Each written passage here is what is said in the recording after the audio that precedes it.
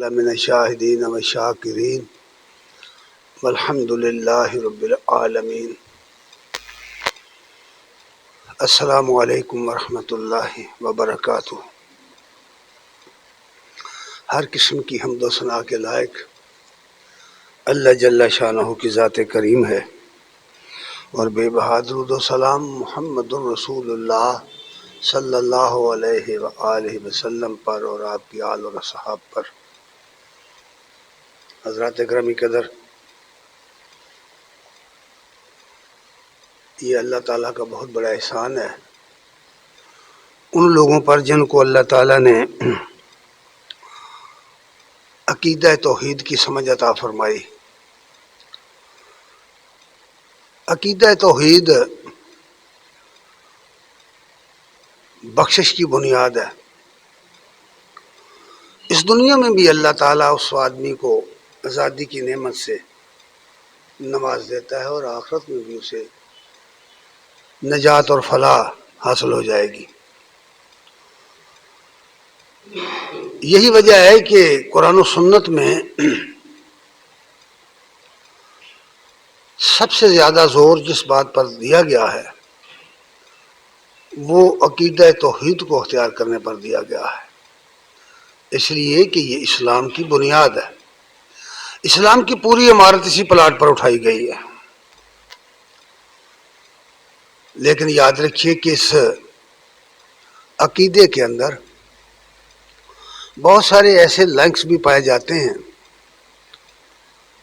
جو شرک کی راہوں کی طرف نکل جاتے ہیں، اور شرک کی مختلف شکلیں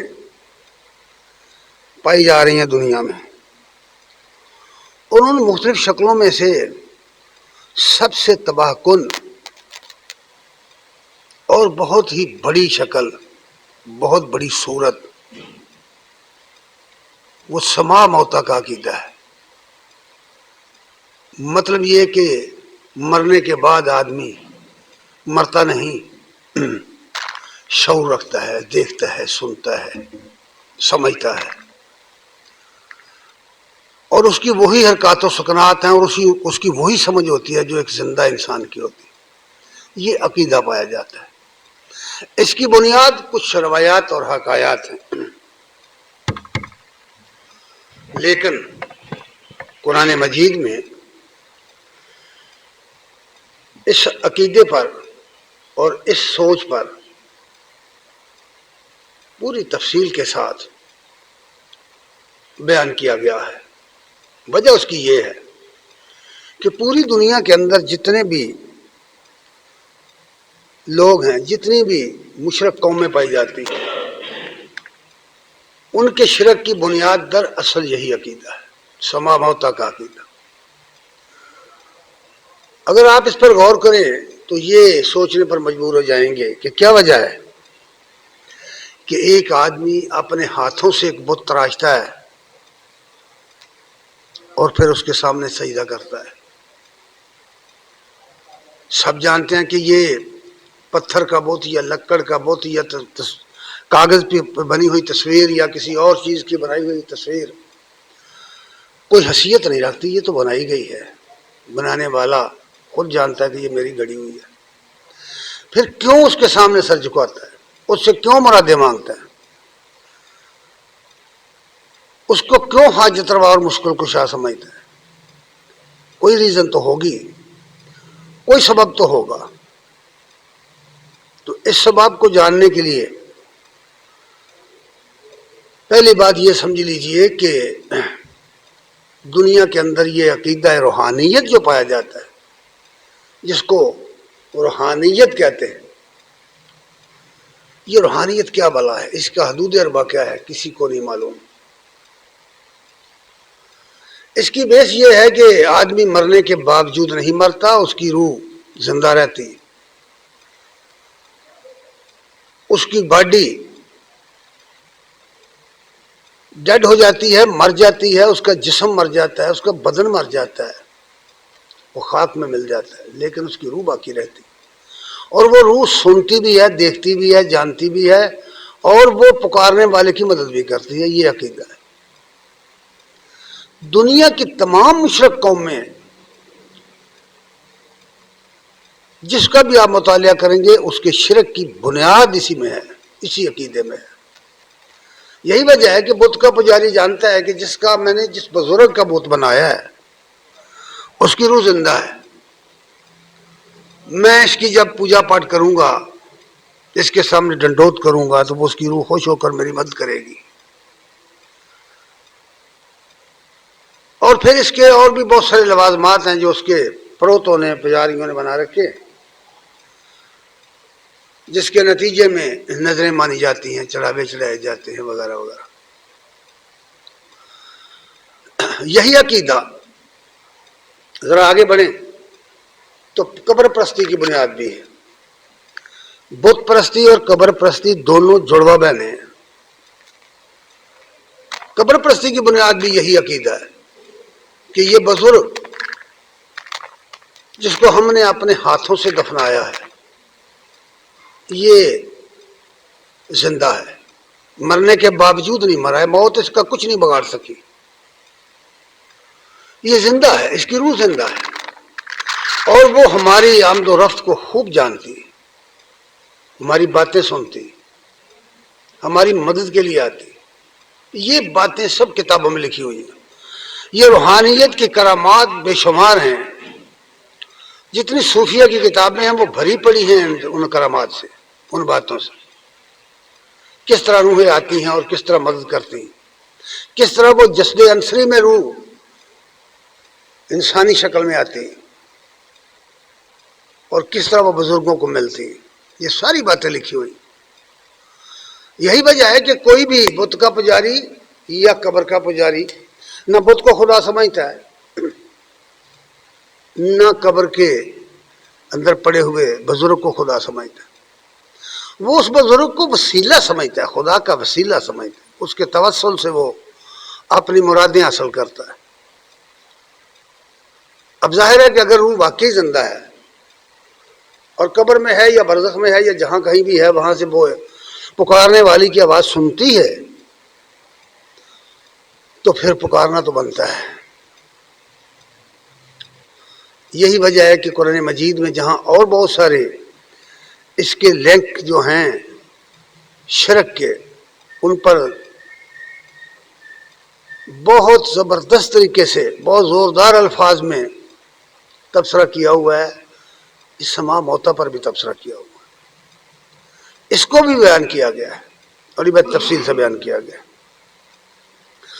کیونکہ یہ مرنے کے باوجود نہ مرنے کا عقیدہ جو ہے یہ توحید کے صریحاً خلاف ہے، یہ اسلام کے بنیادی اصول کے بھی خلاف ہے، یہ عقیدہ قیامت کے بھی خلاف ہے، کیونکہ قیامت کا عقیدہ تو یہ دیا گیا ہے کہ لوگ مریں گے اور مرے ہوں کو اللہ تعالیٰ دوبارہ زندہ کرے گا۔ ایسا نہیں ہے کہ وہ زندوں کو زندہ کرے گا، یہ بالکل خلاف عقل بات ہے، نامعقول بات ہے۔ اسلام کا عقیدہ یہ ہے، قرآن و سنت میں جو عقیدہ دیا گیا ہے، اسلام کا جو بنیادی پوائنٹ ہے آخرت پر، آخرت کے عقیدے پر، وہ یہ ہے کہ مرے ہوں کو اللہ تعالیٰ زندہ کرے گا۔ قرآن بھرا پڑا ہے اس سے، اس لیے کہ یہ عقیدہ کہ یہ مردہ سنتا ہے یہ شرک کی بنیاد ہے، یہ توحید کے اندر نقب لگائی گئی ہے اس کے ذریعے، اور اس کی پشت پر میں نے پہلے عرض کیا کہ بہت سی روایات اور بہت سی حکایات ہیں۔ در حقیقت یہ مسلمانوں کا عقیدہ نہیں ہے، یہ قرآنی عقیدہ نہیں ہے، یہ غیر اسلامی عقیدہ ہے، یہ غیر مسلموں کا عقیدہ ہے۔ قرآن مجید میں صاف صاف کہہ دیا گیا ہے، سورہ اعراف کے آیت نمبر 194 میں یہ بات فرمائی گئی، ان الذین تدعون من دون اللہ عباد امثالکم، بے شک جن لوگوں کو تم اللہ کے سوا پکارتے ہو، جن سے دعائیں کرتے ہو، عباد امثالکم، وہ تمہاری طرح کے بندے ہیں۔ بالکل صاف اور سیدھی بات ہے، وہ تمہاری طرح کے بندے ہیں، جس طرح یعنی تم انسان ہو، تم بندے ہو اللہ کے، اس طرح وہ بھی اللہ کے بندے، وہ بھی انسان ہے۔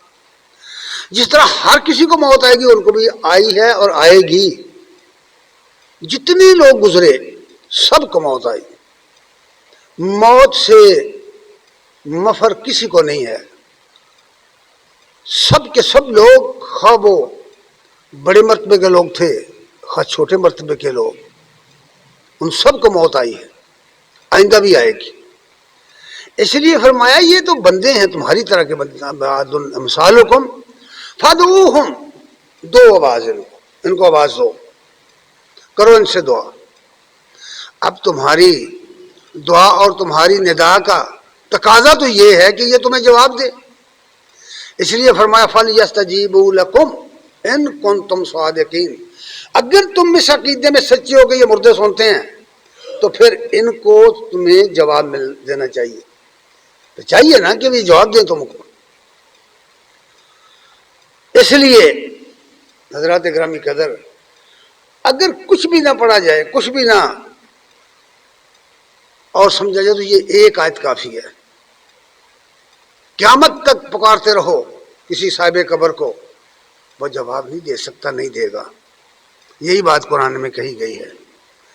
اور اس کے باوجود ہمارے بڑے بڑے لوگ، جو بڑے بڑے لوگ بھائی، بڑے بڑے مفسر، بڑے بڑے محدث، بڑے بڑے صوفی، بڑے بڑے بزرگ، بڑے بڑے پیر اور مشائخ، ان کی کتابیں پڑھ کے دیکھو وہ کیا کرتے ہیں، وہ کیا عقیدہ رکھتے ہیں۔ لوگوں کے رہنما، لوگوں کو خطبے دینے والے۔ ایک بزرگ ہیں، بہت بڑے بزرگ، وہ کہتے ہیں یا رسول اللہ، فریاد ہے، یا محمد مصطفیٰ فریاد ہے، آپ کی امداد ہو، میرا یا نبی حال ابتر ہوا فریاد ہے، سخت مشکل میں پھنسا ہوں آج کل، اے میرے مشکل کشا فریاد ہے۔ کلیات امدادیہ کتاب، اس میں یہ شعر لکھے ہوئے ہیں۔ یہ بہت بڑے بزرگ ہیں، بہت بڑے بزرگ، ماضی قریب میں گزرے ہیں۔ اب فرمائیے کہ اللہ تعالیٰ مشکل کشا ہے یا محمد صلی اللہ علیہ وسلم؟ کیا اللہ تعالیٰ نے ہمیں یہ عقیدہ دیا ہے کہ نبی کریم صلی اللہ علیہ وسلم نے ہمیں یہ عقیدہ دیا ہے کہ ہمیں مشکل کے وقت پکارو؟ اب غور کرو، یہ فریاد کرنا یہ تو اللہ کی طرف، اللہ کے حضور ہے، اللہ سے فریاد کرنے کا حکم ہے۔ اور صاف صاف کہہ دیا بھائی۔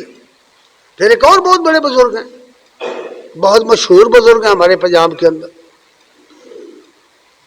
محرم کا مہینہ آئے گا تو آپ سڑکوں پر گاڑیوں کو ان کے دربار کی طرف رواں دواں دیکھیں گے، بھری ہوئی گاڑیاں، چڑھاوے، بکرے اور نہ جانے کیا کیا۔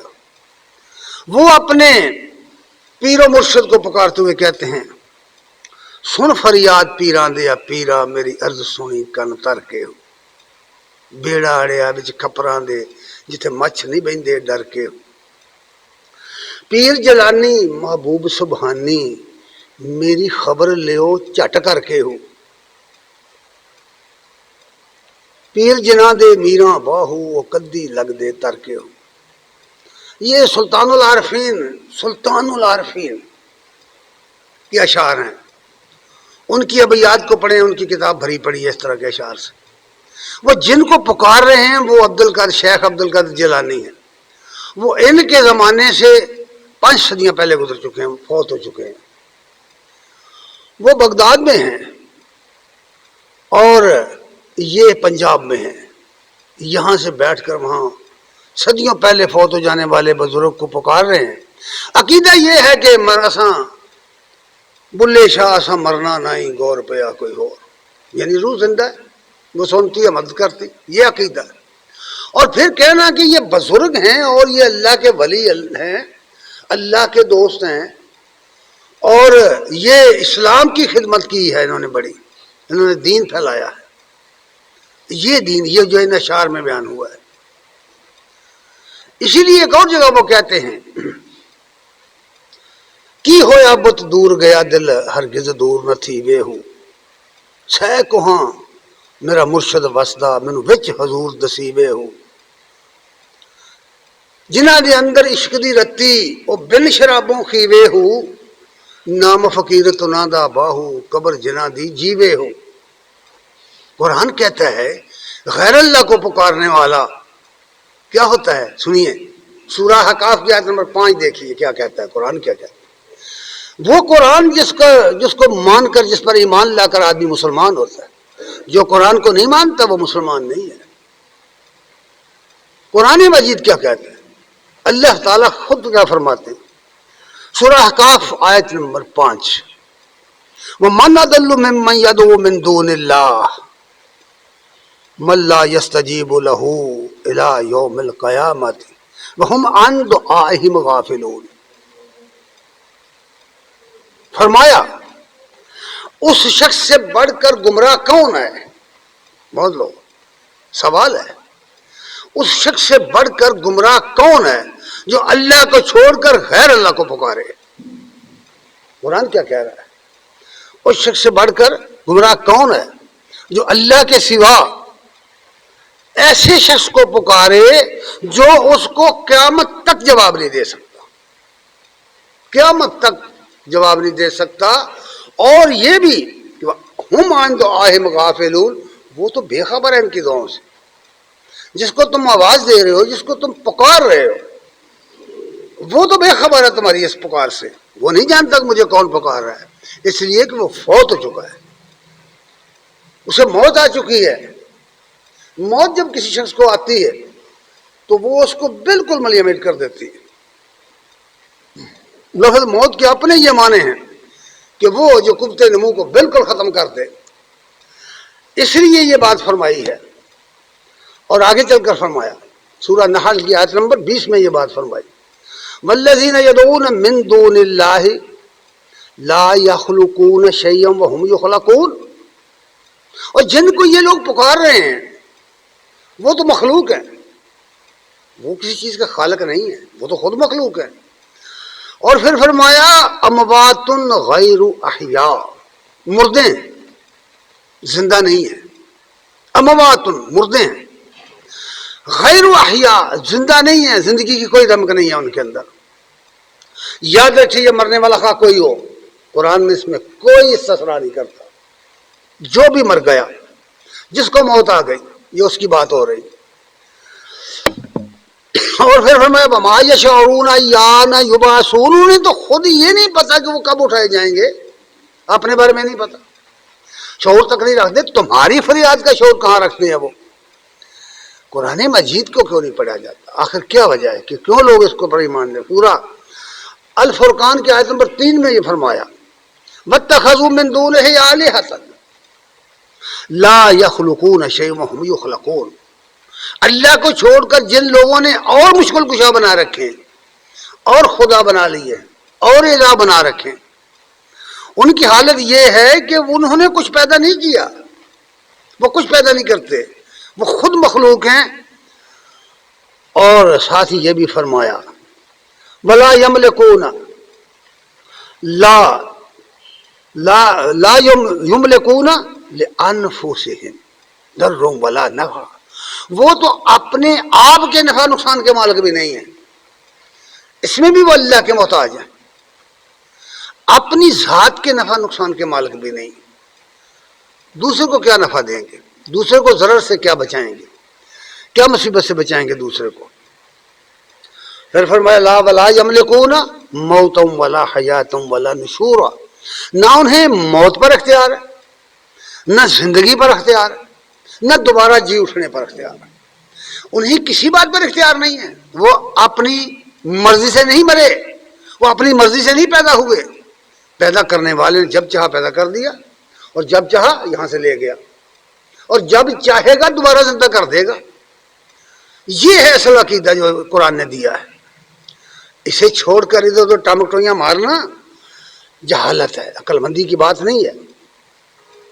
اس لیے قرآن مجید میں یہ بات کہی گئی ہے کہ غیر اللہ کو مت پکارو، پکارنا ہے تو اللہ کو پکارو، لہو دعوت الحق، پکارنے کا حق صرف اللہ کا ہے، اس کو پکارو، یہ حق اللہ کا ہے، کیونکہ یہ پکار جو ہے یہ دعا ہے، یہ دعا جو ہے یہ عبادت ہے۔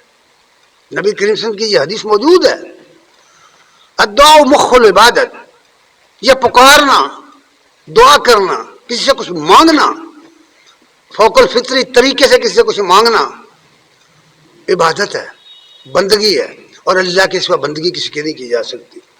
بعض لوگ اس طرح بیوقوف بناتے ہیں لوگوں کو کہ جی ہم دوسروں سے مانگتے نہیں کہ ہم کہتے ہیں پانی پلا دو، ہمیں کہتے ہیں فلاں. بھائی اس کی بات نہیں کی جا رہی ہے، وہ ہمارے اختیار میں ہیں چیزیں. بات یہ کی جا رہی ہے کہ ایک سینکڑوں میل دور یا صدیوں پہلے ایک آدمی مر چکا ہے، آپ اس سے کو پکار رہے ہیں، تو اس کی منفی کی گئی ہے کہ اس کو پکارو گے تو یہ شرک ہوگا، وہ کوئی مدد تمہاری نہیں کر سکتا.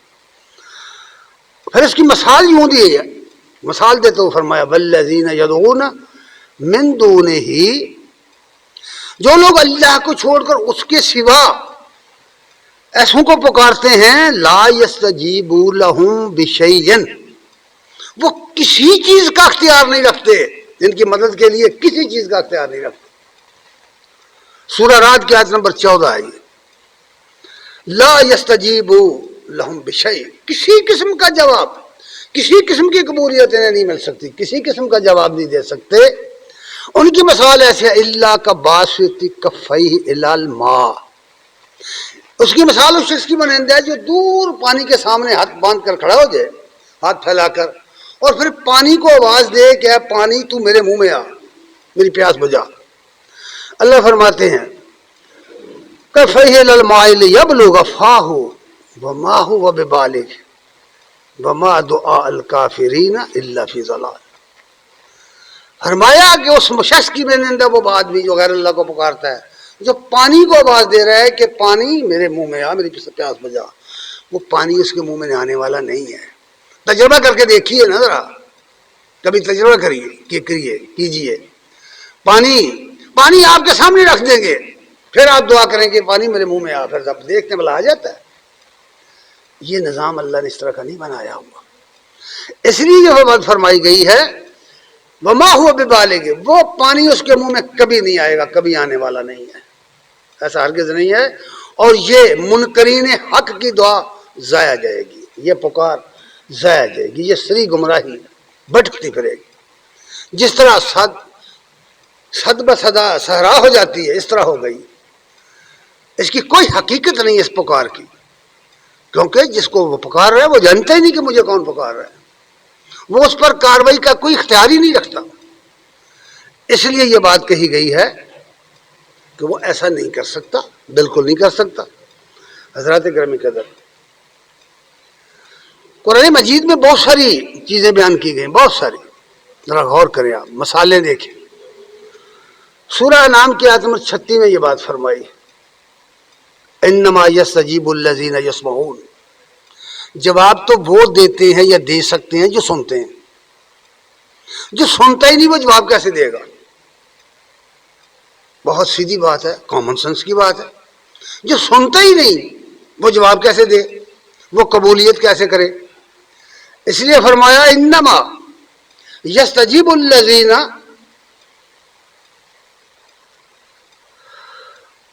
یسمعون، بس جواب تو وہ دیتے ہیں جو سنتے ہیں.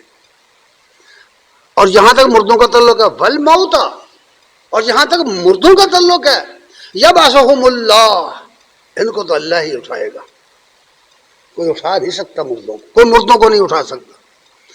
یاد رکھنا، پھر بعض اوقات لوگ کہتے ہیں کہ جی عیسیٰ علیہ السلام نے مردے زندہ کیے، تو بھائی اللہ تعالیٰ نے ساتھ ہی احسان جتاتے ہوئے کہا کہ باذن اللہ، یہ اللہ کی مرضی، اللہ کے حکم سے ہوا ہے، کوئی آدمی نہیں کر سکتا، کوئی آدمی بذات خود یہ عمل نہیں کر سکتا، اس کے پاس یہ طاقت نہیں ہے.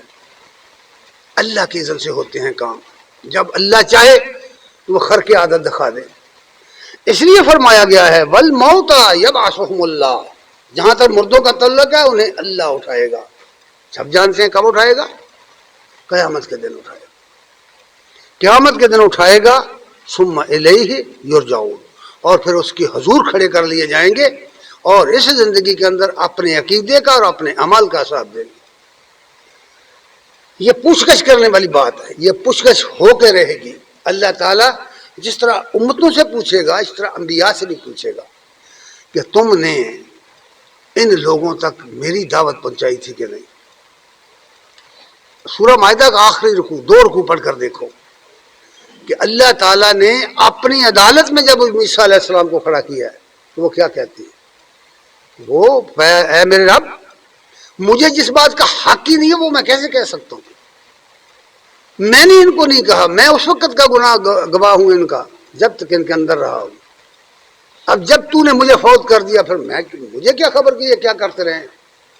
اور ایک بخاری کی حدیث میں بھی ہے کہ نبی صلی اللہ علیہ وسلم نے فرمایا کہ قیامت کے دن حوض کوثر پر میں ہوں گا، اور جب بہت لوگ آئیں گے تو فرشتے انہیں روک دیں گے، مار مار کر پیچھے کر دیں گے، تو میں کہوں گا یہ تو میرے لوگ ہیں، انہیں آنے دو، یہ تو میری امت کے لوگ ہیں۔ فرشتے کہیں گے لا تدری، اے نبی تم نہیں جانتے کہ تمہارے بعد یہ کیا کرتے رہے، یہ بدعتی ہیں، مشرک ہیں، انہوں نے دین کا حلیہ بگاڑ دیا تھا۔ آپ کہیں گے سوکن دفع کر دو ان کو، اور پھر فرماتے ہیں کہ پھر میں تو وہی بات کہوں گا جو اللہ کے نیک بندے صالح بندے عیسیٰ علیہ السلام نے کہی تھی کہ میں تو اس وقت کا ذمہ دار ہوں جب تک میں ان کے اندر رہا، اور جب اللہ تو نے مجھے فوت کر دیا مجھے نہیں پتا یہ کیا کرتے ہیں، میں ذمہ دار نہیں ہوں۔ اندازہ کیجیے، قرآن و سنت میں تو یہ تعلیم دی گئی ہے۔ اس لیے چونکہ یہ عقیدہ مشرکانہ عقیدہ ہے کہ مردہ سنتا ہے، اور اس نے ہی یہ ساری قبر پرستی اور بت پرستی پیدا کی، اور پوری دنیا کی قومیں اس بنیاد پر یہ سب کام کر رہی ہیں۔ اس لیے قرآن مجید میں اس کو مختلف مثالوں کے ساتھ بیان کر کے سمجھا دیا گیا ہے کہ یہ غلط عقیدہ ہے بھائی، ایسا نہیں ہے۔ اور پھر اللہ تبارک تعالیٰ نے سورہ الفاتر میں مثالیں دے کے سمجھایا۔ سورہ الفاتر کی آیت نمبر 19 سے لے کر 22 تک کا مطالعہ کریں۔ اللہ فرماتے ہیں وَمَا يَسْتَوِي الْأَعْمَى وَالْبَصِيرُ، اندھا اور دیکھنے والا یکساں نہیں ہوتے۔ آپ پوچھیں کسی سے، دنیا کے کسی آدمی سے پوچھیں، آپ نیک سے پوچھیں، بد سے پوچھیں، پڑھے لکھے سے پوچھیں، ان پڑھ سے پوچھیں، کیا اندھا اور نبینا اور آنکھوں والا ایک جیسے ہیں؟ دیکھنے والا بینا اور نبینا دونوں یکساں ہیں؟ پوچھئے، سوال کیجئے لوگوں سے۔ کوئی پاگل آدمی بھی یہ بات نہیں کہہ سکتا کہ ہاں بھائی یکساں ہیں، ایک ہی جیسے ہیں۔ تعویل بھی کریں تب بھی نہیں۔ قرآن مجید میں جو مثالیں دی گئی ہیں، بعض علماء نے کہا کہ بھئی اس سے مراد معنی نہیں، معنی تو یہی ہے کہ مردہ اور آنکھوں والا اور نبینا برابر نہیں ہے، دیکھنے والا اور نہ دیکھنے والا برابر نہیں، یہ تو لفظی معنی ہے۔ لیکن مراد کیا ہے؟ وہ کہتے ہیں جی مراد یہ ہے کہ ایک عالم اور ایک جاہل برابر نہیں ہے، مراد یہ ہے کہ ایک ایمان والا اور ایک کافر برابر نہیں ہے۔ مثال بھی ٹھیک ہے، مثال بھی ٹھیک ہے، اگر آپ مثال کے طور پر اس کا معنی کریں پھر بھی ٹھیک ہے کہ جو حالت کافر کی ہے وہ کافر حق کی بات نہیں سنتا، منکرین حق کان لگا کر بات نہیں سنتا، قبول نہیں کرتا، وہ بات کو نہ پک کرتا ہے نہ فالو کرتا ہے۔ اور جو ایمان والا آدمی ہوتا ہے، جو عقل مند ہوتا ہے، زیرک ہوتا ہے، وہ بات کو سمجھتا بھی ہے اور اسے اختیار بھی کرتا ہے۔ اس لیے اگر مثال کا معنی بھی بیان کریں تب بھی بات یہی ہے کہ دونوں برابر نہیں ہیں۔ بات تو یہ ہو رہی ہے کہ دونوں برابر نہیں ہیں۔ جس طرح یہ بات کہی ہے کہ بینا اور نابینا برابر نہیں ہیں، اسی طرح اگلی بات یہ فرمائی بلے ظلمات والنور، روشنی اور تاریکیاں برابر نہیں ہیں۔ دنیا کا کوئی عقل مند آدمی یہ بتا سکتا ہے، کہہ سکتا ہے کہ بھئی روشنی اور اندھیرا ایک جیسے؟ کوئی عقل کا اندھا ہو یا آنکھوں کا اندھا ہو جسے پتہ نہ چلے کہ اندھیرا ہو گیا ہے یا سورج چڑھا ہے تو وہ الگ بات، ورنہ دنیا میں کوئی دنیا کا عقل مند آدمی جس کے سر میں دماغ ہو، جو عقل رکھتا ہو، جو سامنے دیکھ رکھ سکتا ہو، وہ یہ بات نہیں کہہ سکتا کہ اندھیرا اور روشنی ایک جیسی ہیں، روشنی اور ظلمات ایک جیسی ہیں۔ ظلمات کا صیغہ جمع لایا گیا ہے، ظلمات کی کئی شکلیں ہیں۔ یہی وجہ ہے کہ اہل علم کہتے ہیں کہ اس سے مراد بھی جہالت کی تاریکیاں اور علم کی روشنی ہے۔ جس کو اللہ تعالیٰ نے علم کی روشنی دی ہے وہ اس شخص کے اندر نہیں ہو سکتا جو جاہل ہے، جہالت کی تاریکیوں میں جو بھٹک رہا ہے۔ اور یہ بھی میں عرض کر دوں، جاہل ان پڑھ کو نہیں کہتے بھائی، یہ ہمارے ہاں ہے، ہماری زبان میں الٹا بنایا ہوا ہے ہم نے، کہ ہم کہتے ہیں کہ جو جاہل ہوتا ہے ان پڑھ ہوتا ہے۔ تو ہمیں کس نے کہا؟ جاہل وہ ہوتا ہے جو جذباتی ہوتا ہے، وہ اس کی تعلیم، اس کی تہذیب اسے کوئی فائدہ نہیں دیتی، اس کی تربیت نہیں کرتی اس کی تعلیم. بس بہت کچھ ہونے کے باوجود، بہت بڑی بڑی ڈگریاں رکھنے کے باوجود اسی کفر اور شرک میں زندگی گزار دیتا ہے. کتنے لوگ ہیں یہاں بڑے بڑے عالم فاضل کہلواتے ہیں، مفتی کہلواتے ہیں، لیکن قبریں پوجتے ہیں. کون نہیں جانتا؟ ہم اپنی آنکھوں سے دیکھتے ہیں یہ باتیں. تو مطلب یہ ہے کہ جو لوگ جاہل وہ ہوتے ہیں جو حق کو تسلیم نہیں کرتے، وہ لوگ ہوتے ہیں جو ضدی اور متعصب کا شکار ہوتے ہیں، انات کا شکار ہوتے ہیں. جب ان کے سامنے حق ہے تو وہ اسے تسلیم نہیں کرتے، وہ اپنے جذبات کے قابو میں ہوتے ہیں، جذبات کی راہ پر بہنے والے ہوتے ہیں، ان کو کہتے ہیں جاہل. قرآن مجید میں یہی بات کہی گئی، جب پیغمبروں کو کہا گیا نا وَلَا تَكُونَنَّ مِنَ الْجَاهِلِينَ، تو یہی بات کہی ہے کہ جذباتی نہ بنو. یہ منی کہا کہ تم من پاڑو، جاہل نہ بنو. بعض کا ترجمہ یہی کر دیا گیا کہ جاہل نہ بنو، غلط ہے، جذباتی نہ بنو.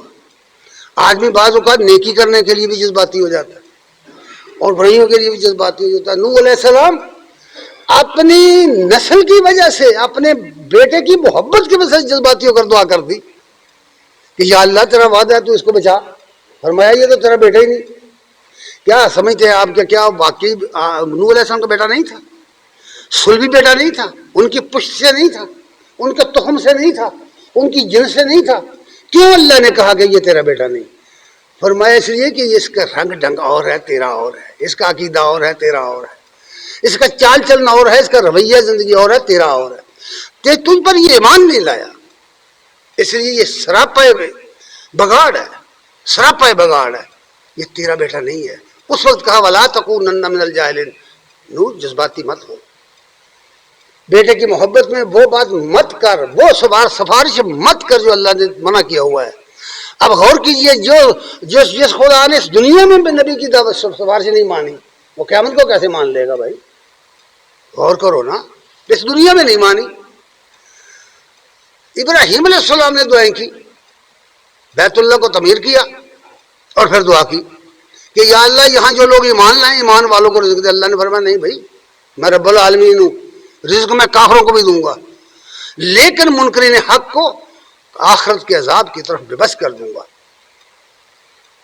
یعنی جو دعائیں انبیاء نے ایسی کی جذبات میں آ کر دی، ایمان کے جذبات میں کی، منع کر دیا، کہا نہیں یہ نہیں ہوگا. اس حوالے سے یہ بات کہی گئی ہے کہ یہ تاریکیاں، اور تاریکیاں جو ہیں اہل علم کہتے ہیں کہ نور ایک ہے، وہ نور ہدایت ہے، وہ علم کا نور ہے، وہ علم ہے جو اللہ کی شناخت بتائے، وہ علم ہے جو اللہ تک انسان کو پہنچائے، جو اس کو خود اس کے نفس سے آگاہ کرے. اسی لیے ایک بزرگ کا قول ہے کہ من عرف نفسہ عرف ربہ، جس نے اپنے آپ کی شناخت کر لی اس نے اپنے رب کو پہچان لیا. یہ اس لیے کہا گیا کہ جو لوگ سوچ کر سمجھ کر عقل سے کام لیتے ہیں اور قرآن و سنت کی رہنمائی میں چلتے ہیں، وہ ہے اصل میں صاحب نور. اللہ تعالیٰ نے ان کے نور کا بڑا تذکرہ قرآن میں کیا ہوا ہے. اور ظلمات کی چونکہ بہت ساری شکلیں ہیں، جہالت بھی ظلمات ہی کی ایک شکل ہے، بے علمی بھی ظلمات ہی کی ایک شکل ہے، پھر مادی طور پر بھی ظلمات ہے، اس کی بھی ایک شکل ہے، اور بھی بہت ساری چیزیں ہیں. یہ شرک اور بدعت اور یہ ساری چیزیں جو ہیں یہ ظلمات ہی میں شمار ہوتی. اس لیے اہل علم نے کہا کہ بھئی اہل علم اور جاہل طبقہ، بے علم لوگ، نہ سوچنے والے برابر نہیں ہوتے. قرآن میں بھی یہ بات کہی گئی ہے کہ علم والے اور بے علم لوگ برابر نہیں ہوتے، یکساں نہیں ہوتے. ان کی وجہ سے فائدہ اٹھایا جاتا ہے، اٹھاؤ فائدہ ان سے. اس لیے یہ بات کہی کہ بھلے ظلمات بھلے نور، روشنی اور ظلمات یکساں نہیں ہوتے. اور پھر فرمایا بھلے ظل ولا الحرور، سایہ اور دھوپ، گرمی اور سردی برابر نہیں ہوتے. آزمائش کر کے دیکھو، کون ہے دنیا کا انسان جو کہے کہ برابر ہے؟ فرمائیے. اس کی تو کوئی تعویل بھی نہیں ہو سکتی. سردی تو سردی ہے، ٹھنڈ تو ٹھنڈ ہے، سایہ تو سایہ ہے، گرمی گرمی ہے، کیا تعویل کرو گے اس کی؟ یہ دونوں چیزیں برابر نہیں ہیں. ان چیزوں کو بیان کر کے فرمایا ہے کہ جب گرمی اور سردی، سایہ اور گرمی برابر نہیں ہیں. اب ذرا غور کرو، فرمایا وما یستوی الاحیاء ولا الاموات، زندے اور مردے بھی برابر نہیں ہیں. فرمائیے جناب، اگر مردہ بھی سنتا ہے، دیکھتا ہے، آتا ہے، جاتا ہے، کھاتا ہے، پیتا ہے، شعور رکھتا ہے، سارے کام کرتا ہے، اسی جہان سے نکل کر اس جہان میں بھی آ جاتا ہے اور مدد کرتا ہے، تو پھر وہ برابر نہیں تو اور کیا ہے؟ زندہ بھی تو یہی کرتا ہے نا. اس لیے ایک اصول بیان کر دیا کہ جو مردہ ہے وہ زندہ برابر نہیں ہے. مردہ بدست زندہ، مردہ زندوں کا محتاج ہے، زندے مردے کے محتاج نہیں ہے. یہ یہاں الٹی گنگا بھائی ہوئی ہے کہ یہاں زندے مردوں کے محتاج ہے. زندہ خدا اس سمسوالش خدا کو چھوڑ کر، زندہ خدا کو چھوڑ کر مردے کو پکارنا کہاں کی عقل بندی ہے بھائی؟ یہ بات ہے جو سمجھائی گئی ہے کہ مردہ اور زندہ برابر نہیں. یہاں بھی اہل علم کہتے ہیں جی یہاں کافر اور مومن مراد ہے. کافر اور مومن یکساں نہیں، نیک و بد یکساں نہیں. چلیے مان لیتے ہیں، لیکن یہی بات تو کہی گئی ہے کہ یکساں نہیں ہے بھائی، برابر نہیں ہے. تو جب یہ مثال میں بھی برابر نہیں ہے اور اصل معنی میں بھی برابر نہیں ہے تو تسلیم کرو نا کہ مردہ نہیں سنتا. تسلیم کرو، ماننا پڑے گا کہ مردہ بدست زندہ ہے، مردہ محتاج ہے زندوں کا. اسے چاہے دفن کر دیں، چاہے اسے غسل دیں، چاہے نہ دیں، چاہے کفن ڈالیں، چاہے نہ دیں. اور بھائی کوئی بڑے سے بڑا بزرگ بھی فوت ہو جائے تو وہ خود بخود تو قبر میں جانے سے رہا. انبیاء فوت ہوئے، انبیاء کو غسل دیے گئے، جنازے پڑے گئے، انہیں دفن کیا گیا، ان کی قبریں موجود. یہی بات ہے جو ابو بکر رضی اللہ تعالیٰ عنہ نے فرمائی تھی. نبی کریم صلی اللہ علیہ وسلم کی وفات کے موقع پر انہوں نے جو خطبہ دیا ہے بخاری شریف میں ہے، اور بس خطبے میں جو جملے کہے ہیں کہ لوگوں تم میں سے جو شخص محمد صلی اللہ علیہ وسلم کو پوجتا تھا، ان کو پکارتا تھا، وہ سنیں فقد مات محمد صلی اللہ علیہ وسلم، کہ محمد صلی اللہ علیہ وسلم فوت ہو گئے. اور جو تم میں سے اللہ کو پوجتا تھا، اللہ کو پکارتا تھا، وہ سنیں اللہ زندہ ہے، اسے کبھی موت نہیں آئے. یہ ہے عقیدہ جو اسلام نے دیا ہے کہ مرنے والا خواہ کوئی ہو وہ زندوں کا محتاج ہے. زندوں کی ذمہ داری بنے گی، زندہ اس کو نہلائیں گے، کفن دیں گے، غسل دیں گے، قبر میں ڈالیں گے، پھر دفن کریں گے. سلیمان علیہ السلام کا واقعہ مشہور واقعہ ہے، آپ پڑھیے، قرآن تو پڑھا کریں، کہ وہ اپنی لاٹھی کے سہارے کھڑے ہیں. قرآن کہتا ہے کہ دھیمک نے اس کا آسا چاٹا، اس کے آسے کو کھایا تو گر گئے. جب آسا نکارا ہو گیا، لاٹھی نکارا ہو گئی تو گر گئے. کیا مطلب ہے؟ یعنی وہ اپنے سہارے پر کھڑے نہیں رہ سکتے تھے، اس لیے کہ فوت ہو چکے تھے. اب جو خود اپنے سہارے پہ کھڑا نہیں رہ سکا وہ دوسروں کو کیا دے گا؟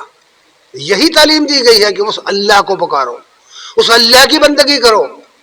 وہ سنتا ہے ہر کسی کی، وہ مدد کرتا ہے، وہ تعاون کرتا ہے، وہ اپنی نعمتیں عنایت کرتا ہے، اس کو پکارو. اس لیے کہا گیا ولا یستوی الاحیاء ولا الاموات، لوگوں زندے اور مردے برابر نہیں ہیں، زندے اور مردے یکساں نہیں ہیں. ان اللہ یسمع من یشاء، اور یاد رکھو اللہ جس کو چاہے سنا دے، وہ چاہے تو پتھروں کو سنا دے. سنایا اس نے پتھروں کو، ویسے سنایا ہے. آپ کو بتا دوں میں، سورہ احزاب کی آخری آیت پڑھو. اللہ فرماتے ہیں کہ جب میں نے امانت کو پہاڑوں کے، آسمانوں کے، زمین کے سامنے پیش کیا تو وہ ڈر گئے اور انہوں نے کہا کہ ہم یہ نہیں اٹھا سکتے. پڑھا ہے نا، سنی ہے نا یہ بات آپ نے.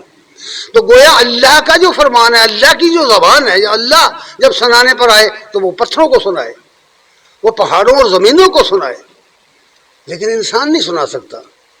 اس لیے فرمایا، اس کا استثناء کر دیا کہ اللہ تعالیٰ یسمع من یشاء، ان اللہ یسمع من یشاء، اللہ جس کو چاہے سنا دے. اللہ تعالیٰ کی قدرت جو ہے اس کو الگ کر لیا گیا ہے لوگ کہتے ہیں جی اللہ سنا نہیں سکتا. کون کہتا نہیں سنا سکتا؟ لیکن بندہ نہیں سنا سکتا، خواہ نبی ہو نہیں سنا سکتا. یہی بات یہاں کہی گئی ہے، وَمَا أَنْتَ بِمُسْمِعٍ مَّن فِي الْقُبُورِ. اے نبی ان لوگوں کو تم نہیں سنا سکتے جو قبروں میں پڑے ہوئے. نبی نہیں سنا سکتا، اللہ سنا سکتا ہے. یہی بات سمجھائی گئی. اللہ اور نبی کے اندر جو فرق مراتب ہے اس کو سمجھو، کیونکہ فرق مراتب نہ کنی زندگی جو فرق نہیں رکھتا بڑے اور چھوٹے کے درمیان، یہ بے دینی ہے. اسی لیے دانشوروں نے کہا ہے کہ فرق کے مراتب نہ کنی زندگی، فرق رکھو. اللہ اللہ ہے، بندہ بندہ ہے، خواہ وہ رسول ہو جائے.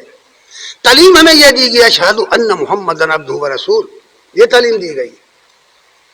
اور بندہ اللہ کا محتاج ہے، بندہ مجبور ہے کہ وہ اللہ کا حکم مانے، اس کے حکم پر چلے. یہی حکم بار بار دیا گیا ہے. اس لیے فرمایا گیا ہے کہ اے نبی تم مردوں کو نہیں سنانے والے، مردوں کو سنانے والے. اس کا دوسرا مفہوم بھی ہے، یہ بھی تو آپ کو بتاؤں کہ یہ قرآن اللہ نے زندوں کے لیے نازل کیا ہے بھائی، مردوں کے لیے نہیں کیا. یہاں رسمیں بنی ہیں کہ بندہ مر گیا اس کی قبر پر پڑھنے کے لیے قاری بٹھا دو، حافظ بٹھا دو، 7 دن بٹھائی رکھو. کیوں؟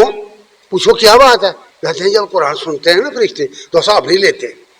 یہ ڈھکوسلے تم نے خود بنا رکھے ہیں، علم کی دنیا میں تو ان کا کوئی وجود نہیں ہے. تو یہ ڈھکوسلے ہیں. قرآن اللہ نے زندوں کے لیے نازل کیا ہے کہ وہ اس کو سمجھیں اور پڑھیں اور اس کے احکام پر عمل کریں. مردوں کے لیے نازل نہیں کیا، یاد رکھیے گا. اس لیے قرآن مجید کو سنانا ہے تو زندوں کو سناؤ. مردے جا چکے اپنا وقت گزار گئے. اس لیے میرے بھائی امی عائشہ صدیقہ رضی اللہ تعالیٰ عنہ کی حدیث بخاری میں موجود ہے، بڑی مشہور ہے. یہ واقعہ بھی لوگ بیان کرتے ہیں، جو لوگ مردوں کے سننے کے قائل ہیں وہ حدیث بیان کرتے ہیں کہ نبی صلی اللہ علیہ وسلم نے کلیب بدر کے کنارے پر کھڑے ہو کر کافروں کی لاشوں کو مخاطب کیا اور فرمایا کہ کیا اب تم نے وہ انجام پا لیا ہے جو میں تمہیں بتاتا تھا. عمر رضی اللہ تعالیٰ عنہ نے عرض کیا یا رسول اللہ یہ تو سڑی ہوئی لاشیں ہیں، بدبودار لاشیں ہیں کفار کی، آپ ان سے خطاب کر رہے ہیں. آپ نے فرمایا تم ان سے زیادہ نہیں سنتے ہو. جب امی عائشہ صدیقہ رضی اللہ تعالیٰ عنہ کے سامنے یہ بات آئی، اور یہ حدیث دونوں ایک ہی پیج پر ہیں بخاری کے اندر، ایک ہی پیج پر، ایک ہی صفحے پر. اور جب انہیں بتایا گیا کہ ابن عمر تو یوں کہتے تھے، عبداللہ بن عمر اپنے والد کے حوالے سے یہ حدیث بیان کرتے تھے، تو انہوں نے فرمایا اللہ تعالیٰ ابن عمر پر اور عمر دونوں باپ بیٹے پر اللہ تعالیٰ رحم فرمائے، ان کے کان خطا کر گئے. کبھی بات سننے والا پوری بات نہیں سنتا، اور قسم کھا کر نبی صلی اللہ علیہ وسلم نے ایسا نہیں فرمایا. اور ساتھ یہی آیت پڑھی وَمَا أَنْتَ بِمُسْمِعٍ مَّن فِي الْقُبُورِ، فرمایا یہ روایت تو جو بیان کر رہا ہے یہ تو قرآن کے خلاف ہے، غلط بات ہے، یہ ایسا نہیں ہو سکتا. نبی صلی اللہ علیہ وسلم نے یہ بات فرمائی بھی نہیں تھی. یہ بات بخاری میں لکھی ہوئی ہے. حضرات گرامی قدر، یہ سما موتا کا عقیدہ شرکی عقیدہ ہے کہ مردے سنتے ہیں، مردے سمجھتے ہیں، مردے شعور رکھتے ہیں. اور اس کی بیک جو ہے، اس کی بنیاد جو ہے، اس کی اساس جو ہے وہ روحانیت پر رکھی گئی ہے کہ بندہ مر جاتا ہے اس کی روح زندہ رہتی. عجیب و غریب بات ہے. اور پھر چونکہ روحانیت پر جن لوگوں نے بڑا لٹریچر لکھا ہے وہ بتاتے ہیں ہمیں کہ روح جسم کے بغیر نہیں رہ سکتی بھائی، اس کو تو کوئی نہ کوئی کالم چاہیے. اور یہی وجہ ہے کہ اس طرح کی بڑی بڑی گپیں ہانکی گئی ہیں کہ وہ جی فرعون فرعونیوں کی جو روحیں ہیں وہ کالے رنگ کے پرندوں میں ڈال کر آگ کے سامنے پیش کیا جاتا ہے. وَالنَّارُ يُعْرَضُونَ عَلَيْهَا، والی آیت کی تفسیر میں لکھی، ابن کثیر میں پڑھ لیں اور روایات میں پڑھ لیں کہ شہداء کی روحیں جو ہوتی ہیں ان کو سبز رنگ کے پرندوں کی پوٹوں میں رکھا گیا تھا، یا یوں کہو کہ بھئی انہیں پھر کے پرندے بنا دیا جاتا ہے، پھر چگنے کے لیے جاتے ہیں. تو ایک سٹیپ تم نے ہندوؤں کا مان لیا نا. یہی ہندو کہتا ہے کہ جب بندہ مرتا ہے تو اس کی روح دوسری جون میں چلی جاتی ہے، وہ پھول بن جاتی ہے، وہ جانور بن جاتی ہے، وہ انسان بن جاتی ہے، وہ کوئی اور چیز بن جاتی ہے، کوئی پرندہ بن جاتی ہے، فلاں بن جاتی ہے فلاں. تو ایک سٹیپ تو تم نے مان لیا نا تناسخ کا، باغون کا. حالانکہ یہ اسلام کی تعلیم ہرگز نہیں ہے. کہ قرآن یہ کہہ رہا ہے کہ یہ روحانیت کا جو جھگڑا تم نے کھڑا کر لیا یہ تو فیصد اور سرفلاتون وغیرہ کا پیدا کرتا ہے. یہ تو مجوسیوں کا پیدا کرتا ہے، یہ تو ہندوؤں کا عقیدہ ہے، تمہارا کدھر سے آ گیا؟ تم روح کو سمجھو، روح کیا ہے؟ قرآن مجید میں 18 مقامات پر اللہ تعالی نے لفظ روح، روح الامین اور روح القدس لا کر کے بتا دیا کہ جبرائیل امین کا یہ نام ہے، اور 4 مرتبہ یہ بتا دیا کہ اللہ کے حکم سے دم پھونکا گیا ہے انسان کے اندر، وَنَفَخْتُ فِيهِ مِن رُوحِي، اپنے حکم جب میں اس میں پھونک مار دوں، زندگی کا دم پھونک دوں، فَقُوا لَهُ سَاجِدِينَ، تم اس کے سامنے سجدہ ریز ہو جانا۔ یہ قرآن اس طرح کہہ رہا ہے، اور اس طرح عیسیٰ علیہ السلام کے بارے میں مثال دے کر فرمایا ہے۔ سمجھنے کے لیے اگر آپ قرآن مجید کو پڑھیں گے، اس کو اپنا مطمع نظر بنائیں، نصب العین بنائیں، تو آپ کو پتہ چلے گا کہ کائنات کا یہ نظام نہیں ہے۔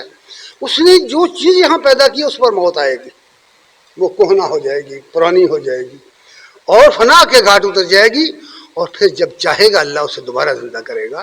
قرآن یہ عقیدہ دیتا ہے ہمیں، آخرت کا جو عقیدہ ہے وہ دوبارہ زندہ کرنے کا عقیدہ ہے بھائی، وہ مردوں کو زندہ کرنے کا عقیدہ ہے، نہ کہ زندوں کو زندہ کرنے کا عقیدہ۔ دعا ہے کہ اللہ تعالی ہمیں اس کی سمجھ عطا فرمائے۔ وآخر دعوانا الحمدللہ رب العالمین۔